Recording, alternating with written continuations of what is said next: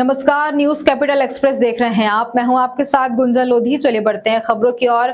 बिस्टान के दामखेड़ा स्कूल में प्रदेश के मुख्यमंत्री माननीय शिवराज सिंह चौहान जी के नेतृत्व में पूरे प्रदेश में स्कूल चले हम अभियान कार्यक्रम चलाया जा रहा है, जिसमें प्रदेश के शिक्षा मंत्री एवं मुख्यमंत्री जी ने प्रदेश में सीएम राइज स्कूलों का शुभारंभ किया। साथ ही प्रदेश के समस्त स्कूलों में आज स्कूल चले हम अभियान कार्यक्रम को लाइव प्रसारण कर प्रदेश के समस्त बच्चों को संबोधित किया। इसी कार्यक्रम को लेकर ग्राम दामखेड़ा की प्राथमिक एवं माध्यमिक विद्यालय के समस्त शिक्षकों एवं छात्र छात्राओं ने मिलकर कार्यालय का लाइव प्रसारण सुना और ग्रामीण जनों ने भी सहभागिता की। आज के पूरे दिन स्कूलों में स्कूल चले हम अभियान के साथ बच्चों को प्रवेश उत्सव के रूप में मनाकर खेल कूद प्रतियोगिता आयोजित की गई। साथ ही स्वयं सहायता समूह के द्वारा सुरुचिकर भोजन का वितरण किया गया। आपको बता दें कि भगवानपुरा ब्लॉक की दामखेड़ा प्राथमिक विद्यालय में स्मार्ट क्लास कक्ष से एक कार्यक्रम का लाइव प्रसारण दिखाया गया।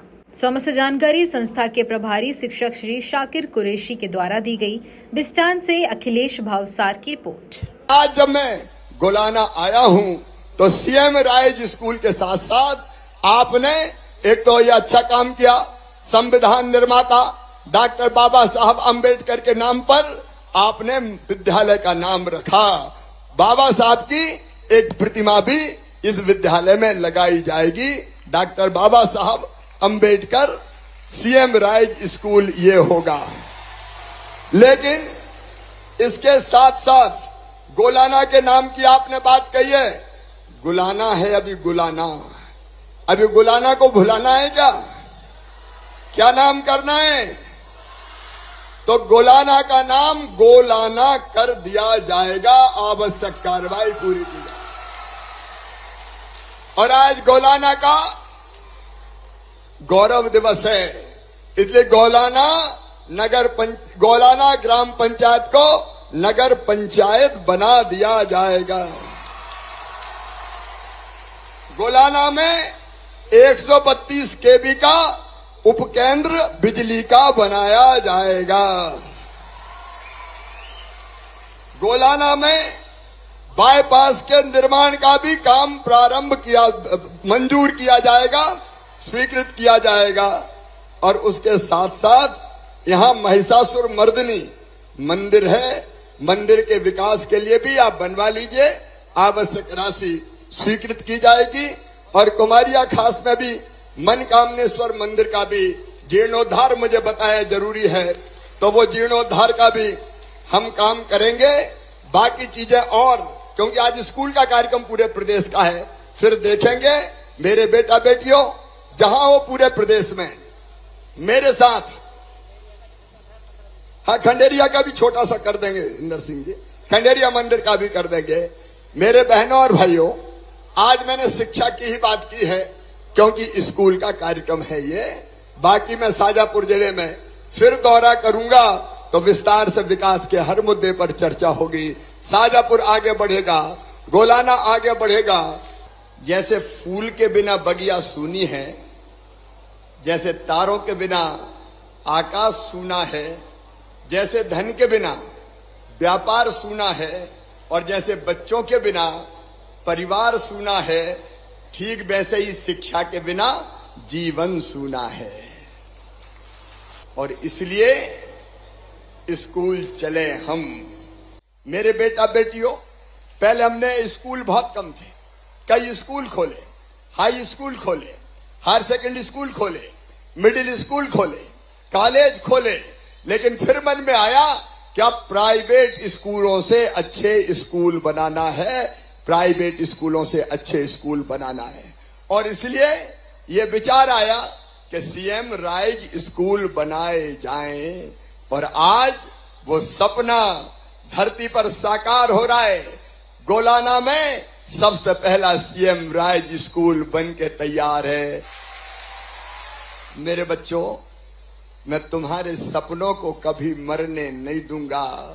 तुम ऊंचे आकाश में, लंबे आकाश में उड़ान भरो, इसके लिए मामा हर सुविधा तुम्हारे लिए उपलब्ध कराएगा। इसलिए सीएम राइज स्कूल। और अभी हमारे शिक्षा मंत्री बता रहे थे, ये एक स्कूल नहीं है गोलाना में, ऐसे अभी पूरे प्रदेश में 300 स्कूल बन रहे हैं और केवल 300 नहीं बनेंगे।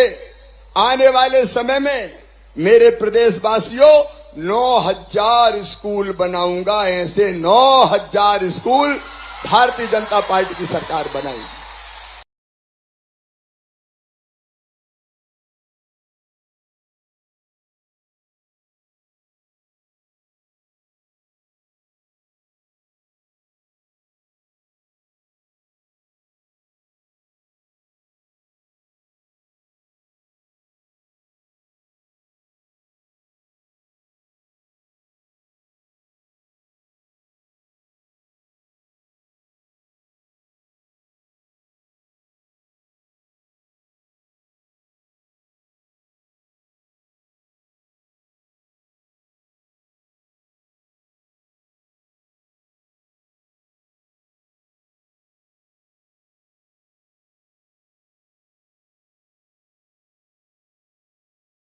क्योंकि बच्चों में बुद्धि बहुत होती है, अगर उनको सुविधा दे दें तो वो चमत्कार कर सकते हैं, अच्छे वैज्ञानिक बन सकते हैं, नए आविष्कार कर सकते हैं और दुनिया बदल सकते हैं। मध्य प्रदेश को भारत में और भारत को दुनिया में श्रेष्ठ बना देंगे।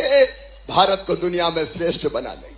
और यहाँ अटल टिंकरिंग लैब, यहाँ कला, यहाँ डांस, यहाँ संगीत, यहाँ क्राफ्ट, यहाँ पढ़ाई के लिए अच्छे कमरे, यहाँ स्मार्ट क्लास, यहाँ खेल का मैदान, यहाँ लैब, यहाँ लाइब्रेरी। मेरे बेटा बेटियों, ऐसी सुविधा जो दुनिया के किसी भी अच्छे से अच्छे स्कूल में होती है, अब सीएम राज स्कूलों में होगी। तेजी से ये स्कूल बनेंगे। हम अपने बच्चों का कार्यक्रम है। पूरे मध्य प्रदेश के लाखों लाख बच्चे इस कार्यक्रम से जुड़े हैं। अब हम घंटी बजा के स्कूल चलो, स्कूल चले, हम इस अभियान का प्रारंभ करेंगे।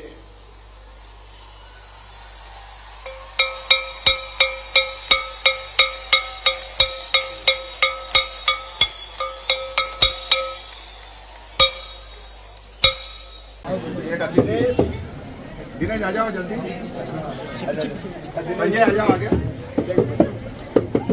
मुझे भी सिखा दो ना।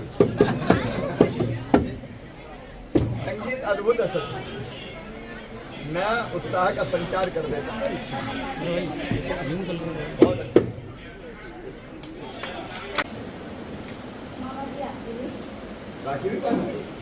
क्या पता फिर मौका मिले या नहीं मिले। अरे हमेशा मामा तुम्हारे पास है।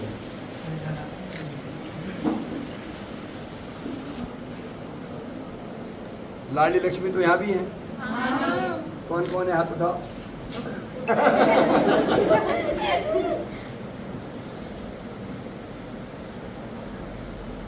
सब आपने सोच सोच के लिखा है, बहुत अच्छा। मेरे जैसे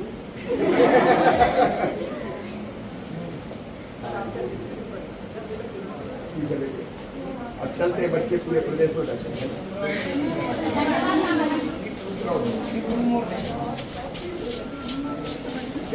भारत सरकार के जनजातीय कार्य मंत्रालय ने वर्ष 2019-20 में मध्य प्रदेश के पंचायती राज निर्वाचित प्रतिनिधियों में क्षमता संवर्धन संबंधी प्रशिक्षण करवाने के लिए रुपए 8,42 लाख दिए थे। इस राशि के उपयोग में भारी भ्रष्टाचार हुआ है। भ्रष्टाचार की शिकायतें आदिम जाति कल्याण एवं पंचायत एवं ग्रामीण विकास विभाग में हुई हैं, लेकिन मामले को दबाया जा रहा है। ये राशि आदिवासी वर्ग पर उपयोग के लिए आरक्षित थी, इसलिए इस राशि का उपयोग सिर्फ आदिवासी वर्ग पर ही होना चाहिए था। कार्यक्रम के तहत प्रदेश के 3 जिलों सिवनी, बड़वानी और धार में कराए गए प्रशिक्षण में भारी भ्रष्टाचार हुआ है। लीपापोती और सरकारी धन की लूट के लिए इस दिखावटी प्रशिक्षण में सामान्य, अनारक्षित, अनुसूचित जाति और पिछड़ा वर्ग की महिलाओं को प्रशिक्षण देना दिखाया गया है। इंदौर संभाग के आदिवासी विभाग के उपायुक्त द्वारा कराई गई जांच में ये सामने आया है कि पंचायत स्तर पर कराए गए इस प्रशिक्षण में दर्जनों ग्राम पंचायत के कर्मचारियों को ही ये जानकारी नहीं है कि प्रशिक्षण कब हुआ। प्रशिक्षण पर खर्च में मनमानी की गई है।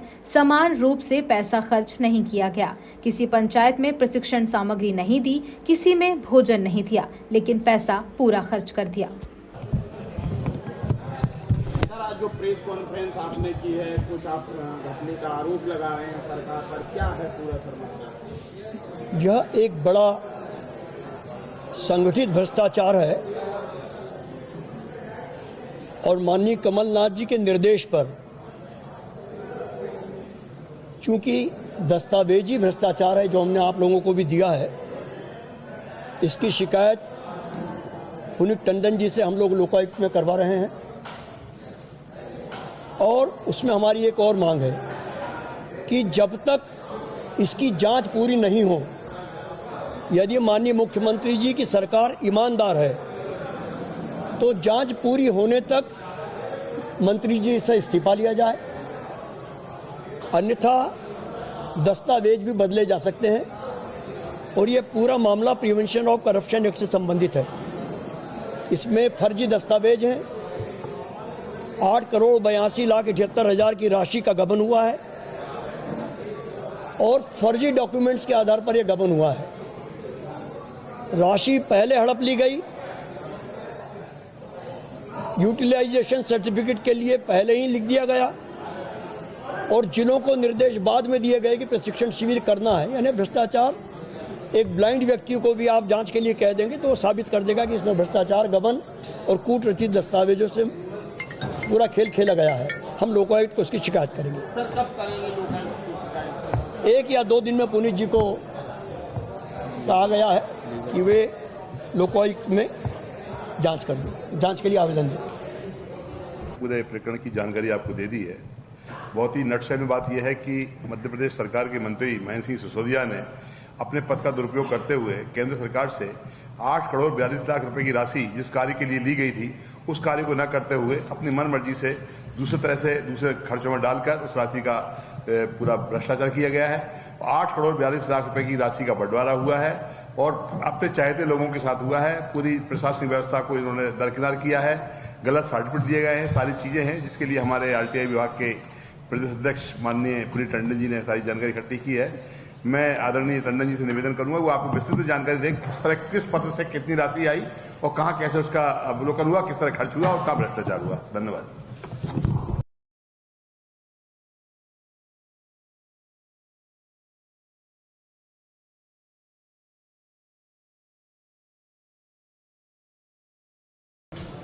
आज एक अहम मुद्दे पर हमारी मीडिया विभाग के अध्यक्ष बड़े भाई आदरणीय के मिश्रा जी और सभी प्रकोष्ठों के प्रभारी आदरणीय बड़े भाई जेपी धनोटिया साहब और हमारे पुनीत टंडन जी संयुक्त रूप से आप लोगों को जानकारी देंगे जो अहम मुद्दा है। इस मुद्दे को लेकर के अभी जो प्रेस कॉन्फ्रेंस है, मैं उम्मीद करता हूँ कि आप भी इसको अपने से जोड़कर इसको अधिक से अधिक महत्व देकर के मध्य प्रदेश की जनता तक पहुंचाएं ताकि ये प्रशासन के खिलाफ प्रजातंत्र के चौथे स्तंभ को सही स्थायी रूप से स्थापित होने में लोगों को प्रमाणित हो सके कि आप इस प्रजातंत्र के चौथे स्तंभ में। बहुत बहुत धन्यवाद। अब मैं आवेदन करता हूँ आदरणीय श्री के मिश्रा जी को कि आप शुरू कीजिए।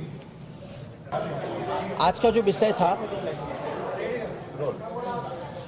विषय था वो पंचायत एवं ग्रामीण विकास विभाग में जो भारत सरकार से पैसा आया था 8,42,00,000 रुपए 19-20 में, उस पैसे में पंचायती राज प्रतिनिधियों को आदिम जाति कल्याण विभाग का में पैसा आया था कि जो प्रशिक्षण होना था और वो प्रशिक्षण जो है पंचायती राज के प्रतिनिधियों को दिया जाना था, आदिवासियों को, परंतु उसके अंदर जो है बहुत अनियमितताएं हुई। प्रशिक्षण आदिवासियों को न दिया जाकर गैर आदिवासियों को दिया गया, जिसमें ब्राह्मण, यादव, ठाकुर और एससी के लोग भी शामिल हैं। जब प्रशिक्षण में लिखा हुआ है भारत सरकार के उसमें कि आदिवासियों ट्राइब के लिए है, तो अदर को प्रशिक्षण कैसे दे दिया गया? वो सूची हमको सूचना के अधिकार से प्राप्त हुई आदिम जाति क्षेत्रीय विकास से। दूसरी उसके अंदर अनियमितता जो बड़ी निकल के आई है वो ये आई है कि महेंद्र सिंह सिसोदिया जो पंचायत ग्रामीण विकास मंत्री हैं, जब 16/3 को संचालक के पास फाइल थी 21 को, तो 17/3 को एक दिन के अंदर उन्हें प्रशासनिक अनुमोदन बिना ACS बिना PS के कैसे दे दिया? विद्युत गति से कोई फाइल आती है और उसका अनुमोदन हो जाता है प्रशासनिक और उस पैसे पे भ्रष्टाचार हो जाता है। आप देखेंगे कि ये योजना जो थी वो भारत सरकार की योजना 52 जिलों के लिए थी।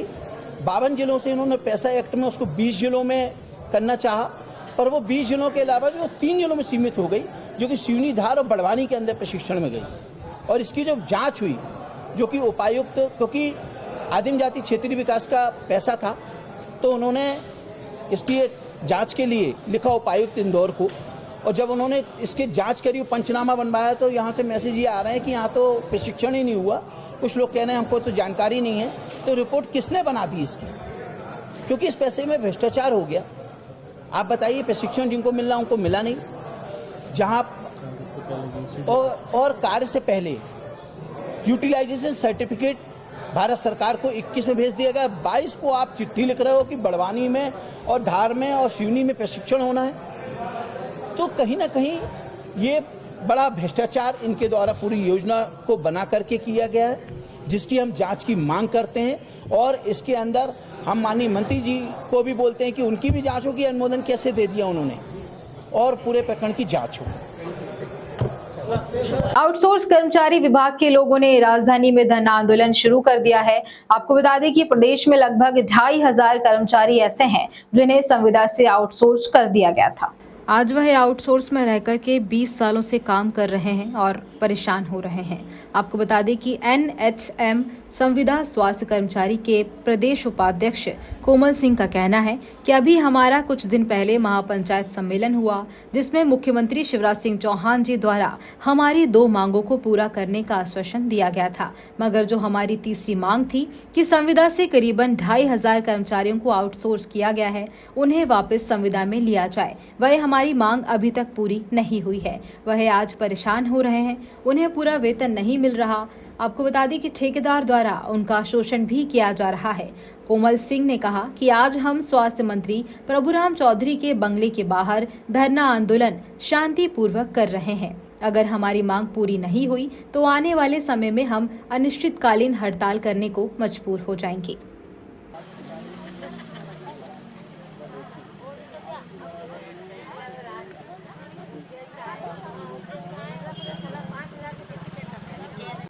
जी, आपका नाम बताइए। मेरा नाम अल्पना तिवारी है, डिंडौरी डिस्ट्रिक्ट से मैं आई हूँ, और हम केवल एक ही मांग को लेके आए हैं कि हमको NRHM में वापस लिया जाए, जैसे, और हमको मामा जी द्वारा जैसे संविदा को जो सौगात दी गई है, जो भेदभाव हमारे साथ किया गया है, उसको ठीक किया जाए। आवाज दो, आवाज दो, चाहे जो आवाज दो, चाहे जो मजबूरी हो मांग हमारी पूरी हो, और चाहे जो मजबूरी हो मांग हमारी पूरी हो, पूरी हो मांग हमारी पूरी हो।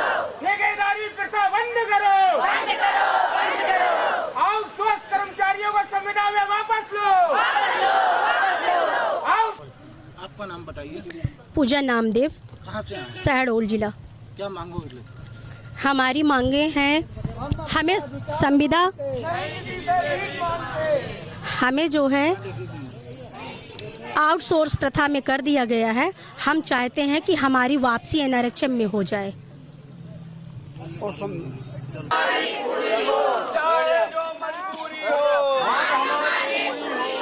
चाहे जो मजबूरी हो आउटसोर्स प्रथा बंद करो, बंद करो। आपका नाम बताइए। अल्पना तिवारी, डिंडौरी डिस्ट्रिक्ट से हूँ।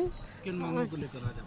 हम लोग 3 मांगे लेके आए हैं अपनी, और मांगे नहीं, हमारी तो प्रमुख मांग सिर्फ एक ही है अभी कि हमको NRHM में जो हमारे साथ गलत किया गया है वो ठीक कर दे, और जो संविदा को जो सौगात दी गई है मामा जी वो हमको दे दे। और जितनी बार भी संविदा कर्मचारियों ने स्ट्राइक की उसमें हम भी साथ मिलते, लेकिन लाभ दिया गया, हमको कोई लाभ नहीं। सर हमको सिर्फ 500 दिया जाता है सर, हम लोग 500 में कैसे चलाएं बताइए ना सर।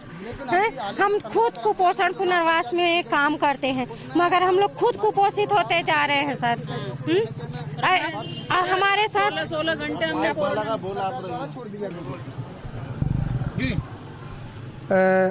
अब ये वो कर्मचारी हैं जो 20-20 साल पहले जिनकी संविदा में भर्ती हुई थी राष्ट्रीय स्वास्थ्य मिशन के अधीन, लेकिन शासन प्रशासन की गलत नीतियों के कारण इनको आउटसोर्स एजेंसी में किया गया है।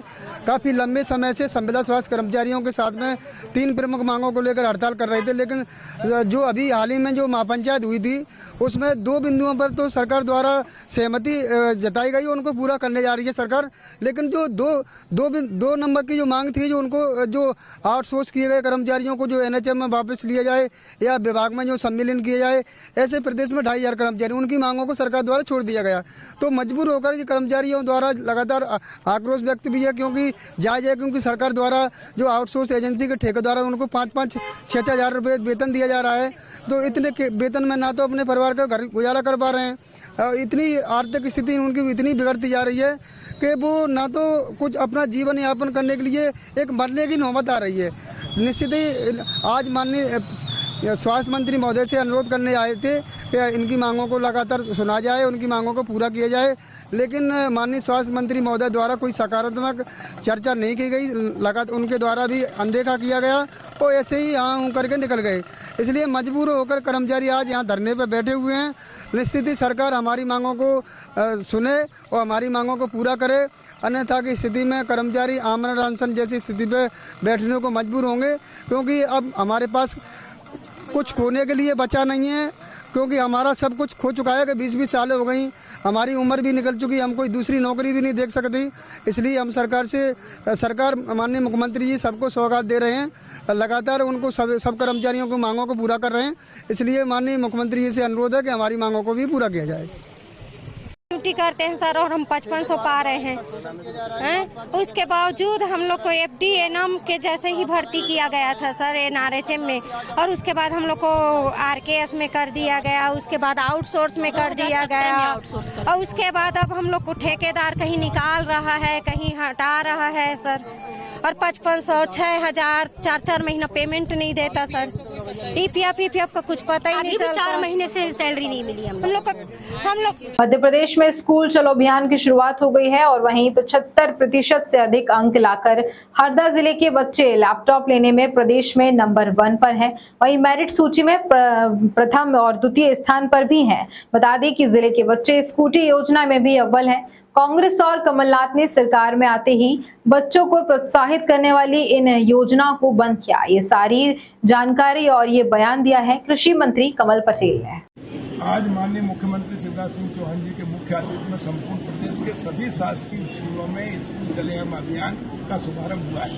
आज का दिन बहुत ही पवित्र दिन है, श्रावण का पवित्र मास है, उसका सोमवार और अमावस्या भी है, और इसलिए भगवान भोलेनाथ का आशीर्वाद, मां नर्मदा का आशीर्वाद, मां सरस्वती का आशीर्वाद मिले, इसके लिए आज का दिन चुना। और मुख्यमंत्री जी को मैं बधाई देता हूं कि उन्होंने संपूर्ण मध्य प्रदेश में एक नई क्रांति लाए है, बच्चों को शिक्षित करने में, और बच्चों के अंदर स्वाभिमान, पुरुषार्थ, चरित्रवान और देशभक्ति, ये 4 गुणों के ओतप्रोत बच्चे जब हमारे होंगे तो वो अपने और अपने परिवार के साथ समाज और राष्ट्र की उन्नति में योगदान देंगे। दूसरा, माननीय मुख्यमंत्री जी ने 2 योजना प्रारंभ की है। एक, जो बच्चे 75% से अधिक अंक लाएंगे, चाहे बेटी हो या बेटा हो, उनको 25-25 हज़ार रुपये मिलेंगे लैपटॉप के लिए।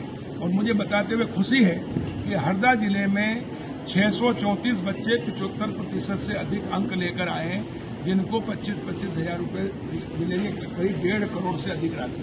दूसरा, जितने भी शासकीय विद्यालय हैं उसमें जो बच्चे मेरिट में आएंगे प्रथम और द्वितीय पूरे साल में, उनको स्कूटी मिलेगी, चाहे बेटी हो या बेटा हो। और इस प्रकार हरदा में 170 बेटे बेटियों को स्कूटी देंगे, और इसके लिए भी मैं मुख्यमंत्री जी का धन्यवाद करता हूं। माननीय मुख्यमंत्री जी ने यह योजना 18 में शुरू कर दी थी, लेकिन दुर्भाग्य से 18 के चुनाव में कांग्रेस की सरकार आ गई, कमलनाथ जी मुख्यमंत्री बने तो उन्होंने इस योजना को बंद कर दिया था। लैपटॉप देना भी बंद कर दिया था और स्कूटी देना भी बंद कर दिया था। बच्चों के साथ बड़ा कुठाराघात किया था, और उसकी हम निंदा भी करते हैं। लेकिन बच्चों के भाग्य से पुनः शिवराज सिंह जी मुख्यमंत्री बने 20 में, और फिर हमने ये योजना शुरू की, और जिसके कारण लाखों बच्चों को लैपटॉप और स्कूटी मिलेगी। और इसके लिए मैं मुख्यमंत्री जी का धन्यवाद करता हूं। बच्चों को जिन्होंने मेरिट में आकर ये लैपटॉप और स्कूटी प्राप्त करेंगे, उनको बहुत बहुत बधाई और शुभकामनाएं। आज हरदा में हमने बच्चों से पूछा कि इस बार कौन कौन लैपटॉप और स्कूटी लेना चाहता है। 75% अंक लाएंगे, हाथ ऊपर करो। सभी बच्चों ने हाथ ऊपर किए, ये उत्साह है। ये योजना से बच्चों में पढ़ाई के प्रति और रुचि और स्कूटी और लैपटॉप प्राप्त करने की होड़ में बच्चे पढ़ाई भी अच्छी कर रहे हैं और जिससे मेरिट की संख्या बढ़ रही है। और जिससे छोटे से हरदा जिले में 634 बच्चे 75% से अधिक अंक लाकर और सफलता प्राप्त की है। ये इसी का परिणाम, इसलिए मैं मुख्यमंत्री जी का पूरे प्रदेश के बच्चों की ओर से और पालकों की ओर से धन्यवाद करता हूँ, आभार व्यक्त। प्रगतिशील संयुक्त कर्मचारी कल्याण संघ ने स्वास्थ्य मंत्री से मिलकर विभागीय परीक्षा उत्तीर्ण ANM LHVU का स्टाफ नर्स से रिक्त पद पर प्रभाव जल्द से जल्द किया जाए। कई बार पत्र लिखने के बावजूद कोई भी कार्रवाई नहीं हुई है। ये जानकारी अध्यक्ष सुरेश गगनवार ने मीडिया को दी है। उन्होंने बताया है कि कई बार आदेश होने के बावजूद भी अधिकारी अपनी मोहर नहीं लगा पा रहे। अगर शीघ्र समस्या का समाधान नहीं हुआ तो संपूर्ण मध्य प्रदेश के कर्मचारी मंत्री के बंगले का घेराव करेंगे और इसकी समस्त जिम्मेदारी शासन प्रशासन की होगी। ज्ञापन देने पहुंचे विनदेश चौधरी, चंद्रकांत चौधरी, पार्वती मांझी, वंदना कुलश्रेष्ठ, सुरेश गगनवार आदि संगठन के वरिष्ठ अधिकारी उपस्थित थे। उन्होंने बताया कि अगर सरकार ये निर्णय लेती है तो सरकार के ऊपर अतिरिक्त कोई प्रभाव नहीं पड़ेगा और कार्य में सुधार आएगा, क्योंकि अनुभवी नर्स काम कर रही है।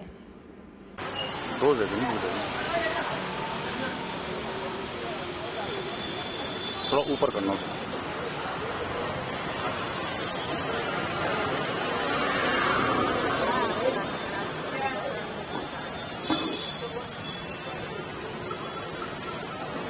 सुरेश गगनवार, प्रगतिशील संयुक्त कर्मचारी कल्याण संघ प्रदेश अध्यक्ष। आज हम माननीय स्वास्थ्य मंत्री जी के बंगले पे हम आए थे, जो हमारी प्रदेश की समस्त जिले की बहनें आई हुई थी। आज जो GNM प्रशिक्षण प्राप्त विभागीय ट्रेनिंग सेंटर से प्रशिक्षण प्राप्त है, उनको प्रभार के लिए बोलने के बाद आए थे, बताने के लिए, क्योंकि शासन की तरफ से 3 पत्र जारी हुए थे प्रभार देने के लिए। 2019, 2020 और 2021 में स्पष्ट उसमें आदेश दिया था कि समस्त GNM प्रशिक्षण को पदभार दिया जाए। संचालनालय से पत्र जारी हुआ था, लेकिन उस एवज में आज दिनांक तक हमने संघ के माध्यम से विभाग को और माननीय स्वास्थ्य मंत्री जी के कई बार पत्र के माध्यम से अवगत कराया, लेकिन आज दिनांक तक कार्यवाही नहीं हुई। पूर्व में मंत्री जी के यहाँ से जो हमने पत्र दिया था, यहाँ से पत्र संचालनालय स्तर पे गया, लेकिन उस पर कार्यवाही नहीं हुई। आज पुनः हम स्वास्थ्य मंत्री जी से वार्तालाप करी। आज भी उन्होंने यही कहा कि हम कमिश्नर से आपसे बात करते हैं, वहाँ से बोलेंगे कि क्यों नहीं आदेश जारी हो रहे हैं। आज उनका ये कहना था मंत्री जी से, अगर हमने मंत्री जी को जो ज्ञापन दिया उसमें स्पष्ट लिखा है कि 7 दिन के अंदर अगर हमारे समस्या का निराकरण नहीं होता है, GNM प्रशिक्षण को अगर पद प्रभार का आदेश जारी नहीं होता है, तो हम माननीय स्वास्थ्य मंत्री जी के बंगले पे ही धरने पर बैठने के लिए बात करेंगे, जिसकी सारी जिम्मेदारी प्रशासन की रहेगी, क्योंकि शासन की इसमें कोई गलती नहीं है। शासन ने पत्र जब जारी हो चुका है तो प्रशासन उसका पालन क्यों नहीं कर रहा। संचालनालय से पत्र जारी होने के बाद सभी समस्त CMHO ने अभी तक किसी को भी पदभार के आदेश जारी नहीं किए। हमारा यही कहना है कि पदभार के आदेश जारी करें सही तरीके से लिख के सभी CMHO को, और हमारा कुछ इसमें हमारी डिमांड है, इससे सरकार पे कोई आर्थिक भार भी नहीं आएगा। उसी वेतन पे उनको सिर्फ पदभार प्रभार का आदेश जारी करना है, लेकिन आज तक नहीं हुआ। इसलिए कर्मचारियों में, पूरे प्रदेश के कर्मचारियों में रोष है। GNM प्रशिक्षणार्थियों में अगर नहीं होता है तो हम बाध्य रहेंगे, मंत्री जी के बंगले पे ही धरना देने के लिए हम बाध्य रहेंगे। हम लोगों ने GNM का प्रशिक्षण लिया है। पिछले 5 साल से हम लोग प्रशिक्षण लिए बैठे हुए हैं। हमारे देश की और भी 350 बहनें हैं। इससे पहले भी हम स्वास्थ्य मंत्री जी के बंगले पे कई बार आ चुके हैं, उनको ज्ञापन भी दे चुके हैं। इससे पहले हमने उनको 4 जुलाई को एक आवेदन दिया था, ज्ञापन दिया था। उन्होंने हमें बोल दिया था आगे हम कार्रवाई करेंगे। उसके बाद अभी तक कुछ नहीं हुआ। इससे फिर हम आज वापस आए हुए हैं। वापस हमने जो है आज ज्ञापन दिया। आज भी उन्होंने हमें आश्वासन दिया है। ऐसा कोई उन्होंने हमें डायरेक्ट ऐसा बोला नहीं कि हम आप लोगों के लिए पदभार देंगे या आदेश करेंगे। इससे पहले उन्होंने लेटर लिखा 7 तारीख को, उस लेटर पर क्या कार्रवाई अधिकारी द्वारा? अभी तक है ना 7 तारीख के लेटर पे कोई भी कार्रवाई नहीं हुई है।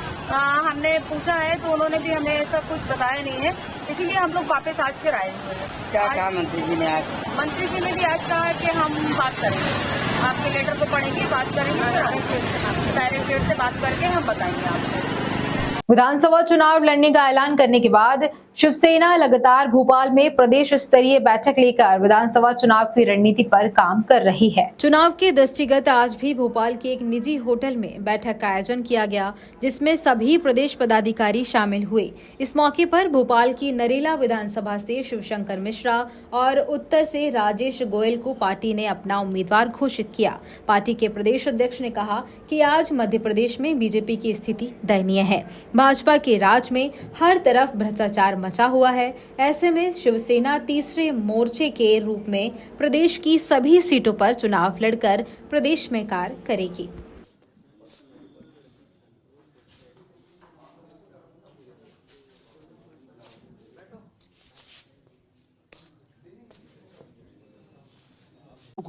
और 230 विधानसभा सीटों पर हम चुनाव की तैयारी कर रहे हैं, लेकिन जहां हमारी जीतने की स्थिति है उसमें पूरी ताकत के साथ हम लोग चुनाव लड़ेंगे। सुनील शर्मा, शिवसेना राज्य प्रमुख, मध्य प्रदेश। मेरा नाम किशोर चौक से है और मैं शिवसैनिक हूँ, बाला साहब ठाकरे का शिवसैनिक हूँ और मध्य प्रदेश में एक जागरूक मतदाता भी हूँ और एक कर्मठ शिवसैनिक भी हूँ। इस बार चुनाव को लेकर क्या तैयारी है? मध्य प्रदेश में शिवसेना ने चुनावी समर में अपनी जो ताल ठोकी है, तो और इस समय से पहले अन्य पार्टियां जहां विचार भी नहीं कर रही थी, शिवसेना जनता के समक्ष पहुंच रही है। जनता की समस्याएं जो हैं वो हमको मालूम भी हैं और जनता की साथ जुड़ना और आगे हमें किस प्रकार से काम करना है, ये हमें इससे प्रेरणा भी मिलती है। इतने समय पहले से अगर हम जनता के बीच में जाते हैं और हमारे प्रत्याशी को काम करने में सहूलियत भी होगी, लंबा समय मिलेगा, क्योंकि हमारे पास शिवसेना के पास कार्यकर्ता होते हैं, अन्य पार्टी के पास समर्थक होते हैं। शिवसेना कार्यकर्ता बनाती है, अन्य पार्टी समर्थक बनाती है। तो हमारे कार्यकर्ता जागरूक हैं और पार्टी के प्रति समर्पित हैं, तो हमें बहुत काम करने में सहूलियत है। मध्य प्रदेश में कितने प्रत्याशी उतारने का? ये माननीय हमारे प्रदेश अध्यक्ष जी इसके बारे में बता सकते हैं कि मध्य प्रदेश में कितने प्रत्याशी उतारे, लेकिन ज़्यादा से ज़्यादा जहाँ से हम मजबूत स्थिति में होंगे, जहाँ पर हम अन्य राजनीतिक दलों को उनसे मुकाबला कर सकेंगे, वहाँ पर हम अपने प्रत्याशी उतारेंगे। बाकी प्रदेश अध्यक्ष जी जो निर्णय उनका होगा, उस निर्णय पे हम लोग सभी स्वीकार करेंगे। लेकिन अगर हमारी प्रतिस्पर्धा किसी से है तो कांग्रेस और भाजपा के साथ हमारी प्रतिस्पर्धा है। और मध्य प्रदेश में परिवर्तन जनता चाहती है कि परिवर्तन हो, और हमारा यही हम लोगों का भी वो है कि हम भी परिवर्तन की ओर जाना चाहते हैं।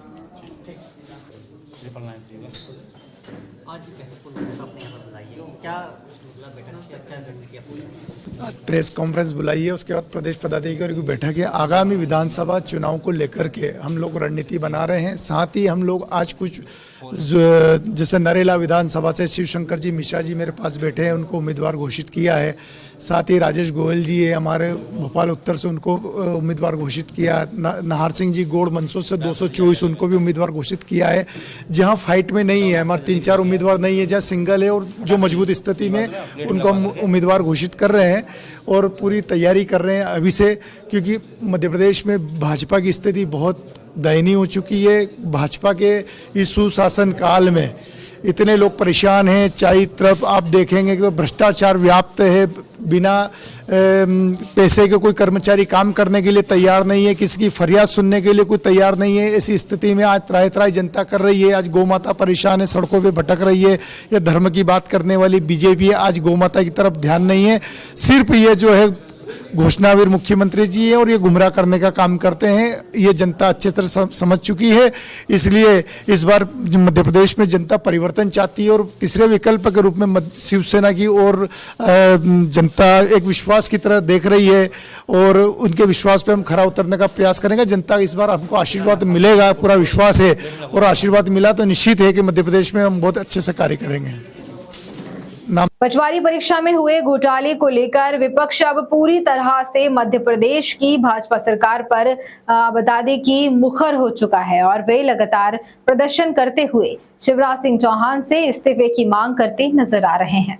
इसी कड़ी में आज NSUI द्वारा मालवीय चौक में एक प्रदर्शन किया गया। इस प्रदर्शन में एक नाटक के माध्यम से इस पूरे फर्जीवाड़े को दिखाया गया। इस मौके पर छात्र नेता सचिन रजक ने कहा कि मध्य प्रदेश सरकार द्वारा जिस तरह से व्यापम घोटाला कर प्रतिभावान छात्राओं की प्रतिभाओं का कत्ल किया गया था, उसी तरह एक बार फिर से पटवारी परीक्षा में नेताओं और उनके चहेतों को उपकृत करने का काम किया गया है। इस परीक्षा में चयन का मापदंड पैसा है, जिसमें ज्यादा पैसा दिया उसका चयन कर दिया। जबलपुर से वाजिद खान की रिपोर्ट।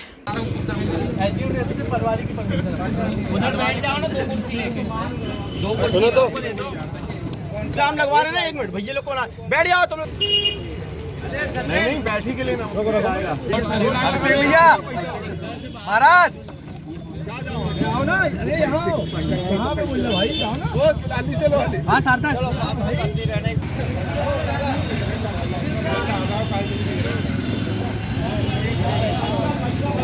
पैसा क्यों देना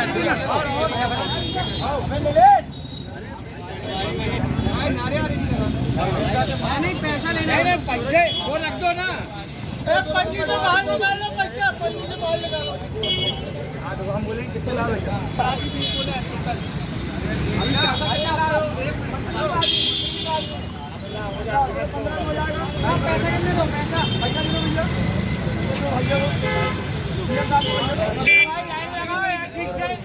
लाइन लगा दो जरा, 2 मिनट लगा दो।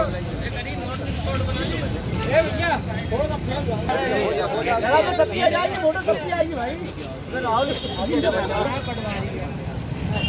हो जा भैया, बोल लगा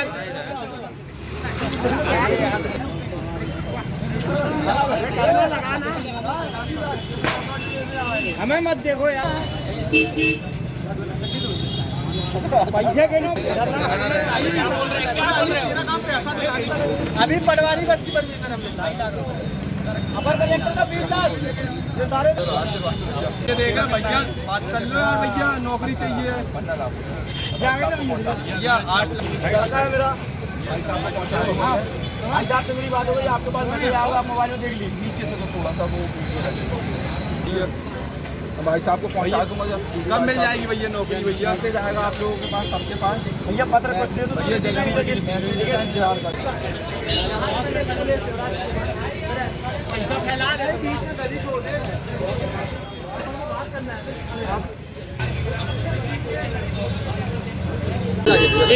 आज जबलपुर NSUI ने मालवीय चौक पर जिस प्रकार प्रदेश में पटवारी की भर्ती का खुलासा हुआ, उसी को लेकर आज हमने एक नाटकीय प्रदर्शन किया, जिसमें आज हमने ये बताया कि कैसे मंत्रियों के रिश्तेदार, मंत्रियों के समर्थक पैसा दे के, चाहे वो पढ़ाई के लायक हो ना हो, किसी की 138 नंबर आए तो वो भर्ती हो गए, किसी के 172 आए तो वो भर्ती नहीं हो पाए, ऐसी नाटकीय प्रदर्शन किए। और ये शहर की जनता को, छात्रों को बताना चाह रहे हैं कि जिस प्रकार जे मामा, फर्जी मामा जे आम 18 साल से युवाओं को लूट रहा है, हम लूटने नहीं देंगे। अब 2023 में कमलनाथ जी की सरकार आएगी और सभी युवाओं का हक मिलेगा। सौरभ गौतम, पूर्व प्रदेश उपाध्यक्ष। लग रहा है पटवारी की ये 15 लाख से लेकर 20 लाख, किसी का 2 लाख, जैसे मुख्यमंत्री के खास हो, मंत्रियों के खास हो, उस प्रकार से वो पैसा ले रहे हैं और भर्ती कर रहे हैं। और यदि ये भर्ती जल्द से जल्द निरस्त नहीं की गई तो हम सभी भाजपा विधायक, हम शहर के जितने और ज़िले के, हम उनका घेराव करेंगे। और यहाँ मुख्यमंत्री यदि आता है या कोई भी मंत्री आता है, हम उनको काला झंडे दिखा के विरोध प्रदर्शन जिस हद तक जाना पड़ेगा हम करेंगे और ये भर्ती प्रक्रिया को रद्द करनी चाहिए। क्या नाम है मंत्री जी का? एटीएम करना बाकी पैसा है। धीरज भी क्या? अरे पैसे गिनो। लाइन से रहना, कोई बीच में नहीं आएगा। उसका नहीं होगा।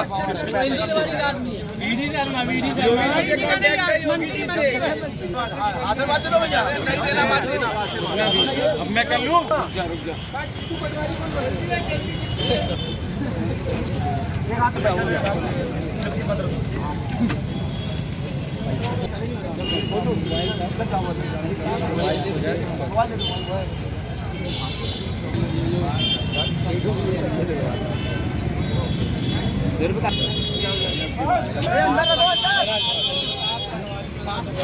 बना ले आप दे दो।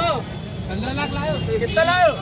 15। अरे 15 का आया भैया, 15 20 का आदेश है, 20 का आदेश है। 20 के लिए 15 के फोटो दिखा दे यार। लाओ नमस्ते। अबे पेपर क्यों दिया तूने? क्यों नहीं दिया? जब काम ऐसे ही हो रहा है तो भाई कितना लाया? कितना है? कितना है भाई साहब? इतना लाया हूँ कि दिन परेशान। कितना है? कितना कितना कितना लाया हूँ भाई साहब? भाई साहब का आदमी चल जान दो। चलो ले ले। 15 है कि कम है? भाई साहब आप लोग रात में कितना कोई बात हो तो मेरे को बताना, पेटीएम करूँगा। हाँ ठीक है, स्कैनर लगा लिया फोटो। स्कैनर लगा ले जाओ, ले जाओ। मेरा नियुक्ति पत्र कहाँ भाई? मिलेगा मिलेगा मिलेगा।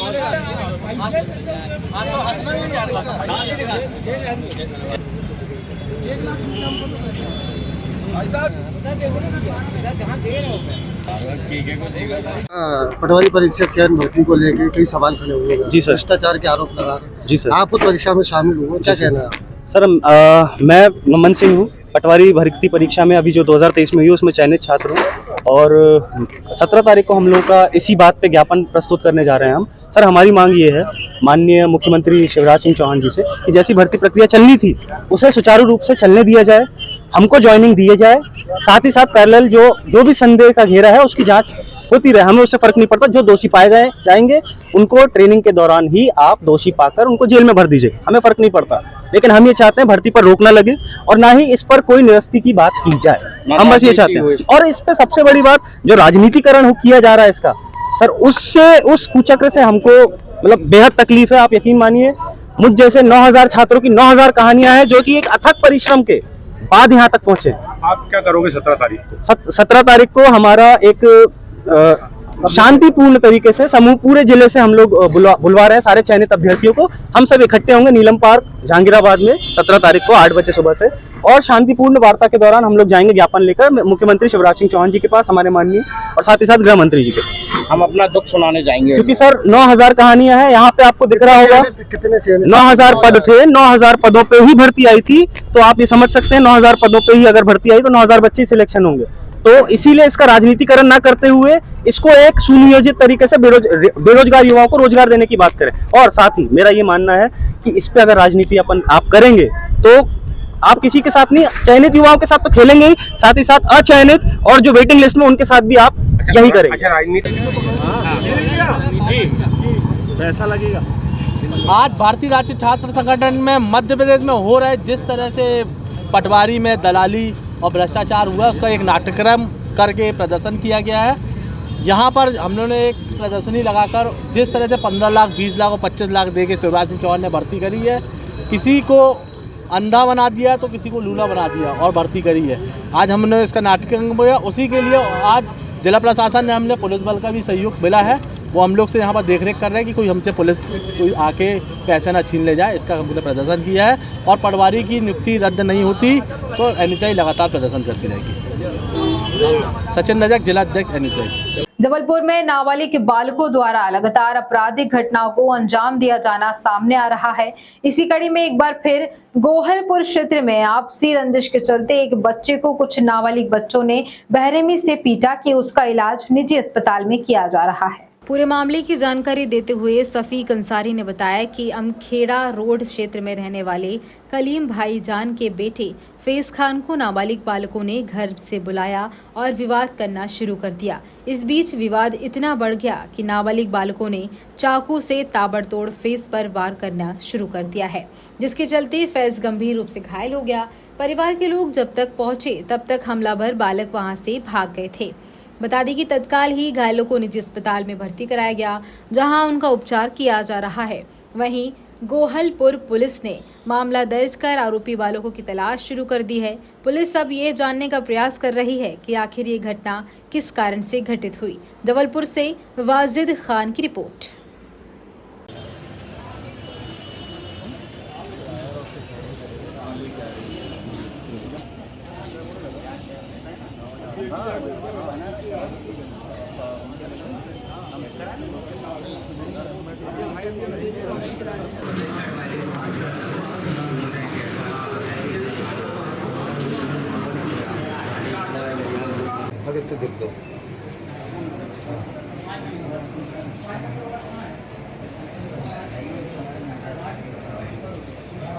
इंदौर में मासूम के धर्म परिवर्तन की घटना पर बोले बीजेपी प्रदेश अध्यक्ष विष्णुदत्त शर्मा। उन्होंने कहा कि मध्य प्रदेश में ना लव जिहाद चलेगा ना लैंड जिहाद, सख्त एक्शन लिया गया है, आगे भी ऐसे ही जिहादी नहीं बचेंगे। इंदौर में 5 साल के मासूम बच्चे के साथ धर्मांतरण का जो मामला सामने आया है, इंदौर के अंदर जिहादी मानसिकता के रहने वाले लोग जो हैं, जैन समाज के हमारे बच्चे को और उसकी मां का जबरदस्ती धर्मांतरण कराया गया है। मैं बड़ी गंभीरता के साथ कहना चाहता हूं, मध्य प्रदेश के अंदर ना लव जिहाद चलेगा ना लैंड जिहाद चलेगा। ऐसे लोगों पर कड़ाई के साथ सरकार कार्रवाई कर रही। ऐसे लोग किसी भी कीमत पर बख्शे नहीं जाएंगे, इनको जेल की हवा खानी पड़ेगी। यहाँ भारतीय जनता पार्टी की सरकार माननीय शिवराज सिंह चौहान की सरकार है। चुनाव प्रबंध समिति के हमारे सम्माननीय संयोजक आदरणीय नरेंद्र सिंह जी, लगातार हमारी बैठकें चुनाव की दृष्टि से चल रही है और इन बैठकों के अंतर्गत भारतीय जनता पार्टी के चुनाव प्रबंधन को लेकर बहुत गहराई के साथ माइक्रो मैनेजमेंट पर व्यापक चर्चा इन बैठकों में हुई है और ओवरऑल चुनाव प्रबंधन की दृष्टि से सारी बातों पर हमारे नेतृत्व के साथ हम गहराई के साथ आगे बढ़ रहे हैं। एक बात मैं जरूर आज मीडिया के मित्रों के सामने कहना चाहता हूं कि मध्य प्रदेश के अंदर कांग्रेस के लोग आज जिन फर्जी गारंटियों की बात कर रहे हैं, मैं कहना चाहता हूं कि कांग्रेस की कोई गारंटी अगर मध्य प्रदेश के अंदर है, इस देश के अंदर है, तो 20 लाख करोड़ के घोटाले यही कांग्रेस की गारंटी है। दूसरी गारंटी अगर कांग्रेस की कोई है इस देश के अंदर और मध्य प्रदेश के अंदर, तो मध्य प्रदेश के दोनों नेता कांग्रेस के, चाहे श्रीमान कमलनाथ जी हो या श्रीमान दिग्विजय सिंह जी हो, दोनों नेताओं की परिवारवाद की गारंटी है। छिंदवाड़ा के अंदर मैं पूछना चाहता हूं कि छिंदवाड़ा के अंदर कमलनाथ जी सांसद नहीं होते तो बेटा नकुलनाथ होता है। छिंदवाड़ा की जनता आज मुझे सुन रही होगी और अगर बेटा भी आज उस स्थिति में आ गया है तो बहू को लॉन्चिंग करने का काम भी कमलनाथ जी ने छिंदवाड़ा के अंदर कर दिया है। तो दूसरी ओर मध्य प्रदेश के श्रीमान बंटा ढार दिग्विजय सिंह जी आज लगातार किसी काम पर लगे हैं, तो मेरा बेटा जयवर्धन कैसे स्थापित होगा? तो कांग्रेस की दूसरी गारंटी परिवारवाद की गारंटी है।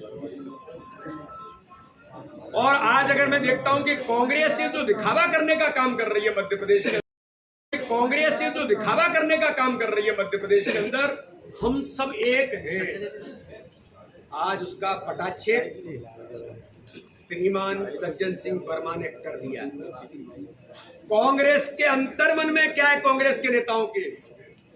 दिग्विजय सिंह जी, हम तो बड़े सम्मान के साथ शब्दों का उपयोग करते हैं आपके लिए, लेकिन आपके नेता सज्जन सिंह वर्मा आपको जिन अभद्र भाषा अभद्र शब्दों का उपयोग कटारिया जी के साथ कर रहे हैं।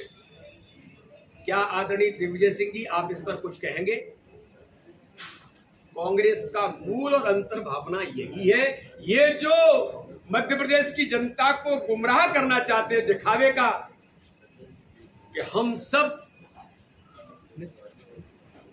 मिलकर के इन सारी बातों को करने का प्रयास कर रहे हैं, ये केवल और केवल दिखावा है। अंतर्मन कांग्रेस का सज्जन सिंह वर्मा ने उनके शब्दों में, उनकी भावनाओं में प्रकटीकरण कर दिया और इस पर मुझे लगता है कि जरूर कमलनाथ जी भी कुछ कहेंगे और दिग्विजय सिंह जी भी कुछ कहेंगे। दूसरी ओर एक ऐसी घटना कि इंदौर के अंदर 8 साल के मासूम बच्चे को धर्मांतरण का मामला जो प्रकाश में आया है, इस मध्य प्रदेश के अंदर धर्मांतरण का खेल खेलने वाले जिहादी मानसिकता के जो लोग हैं, जो जैन समुदाय के हमारे बच्चे को और उनकी मां को जबरदस्ती जिन्होंने धर्मांतरण कराया है, मैं बड़ी गंभीरता के साथ कहना चाहता हूं, इस मध्य प्रदेश के अंदर न लव जिहाद चलेगा, न लैंड जिहाद चलेगा, न धर्मांतरण चलेगा। ऐसे लोगों को कड़ाई के साथ सरकार ने कार्रवाई तो की है, ऐसे लोगों को किसी भी कीमत पर बख्शा नहीं जाएगा। इनको जेल की हवा खानी पड़ेगी। यहाँ भारतीय जनता पार्टी की सरकार माननीय शिवराज सिंह चौहान की सरकार है, इसलिए दुर्भाग्य है। मैं पूछना चाहता हूं कमलनाथ जी से, कमलनाथ जी इस पर आपका क्या कहना है? दिग्विजय सिंह जी आपका इस पर क्या कहना है? आप इसका जवाब दें कि 8 साल के मासूम जैन समुदाय के हमारे बच्चे को धर्मांतरण करने की इस प्रकार की जिहादी मानसिकता के जो लोग हैं, इन लोगों पर क्या आप कार्रवाई करने के लिए कहेंगे या इसकी आप आलोचना करेंगे या ऐसे लोगों का आप समर्थन करते हैं? अगर आप मौन हैं तो तुष्टीकरण की राजनीति करने वाले कमलनाथ जी और दिग्विजय सिंह जी आपसे ये मध्य प्रदेश पूछना चाहता है।